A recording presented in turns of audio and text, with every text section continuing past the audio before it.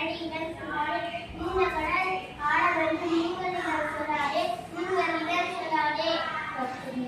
கற்பனையும் கடனம் என்று உங்களிடம் சொல்லாதே, உங்களிடம் சொல்லாதே. சொல்லுக்கு சொல்.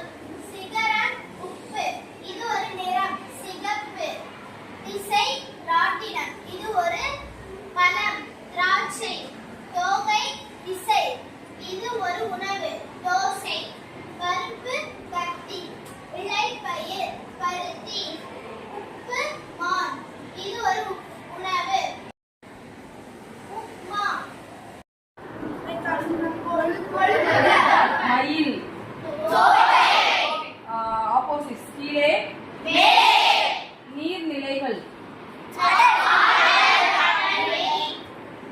அடுத்தது பரிதாபம் அப்படின்னா என்னது?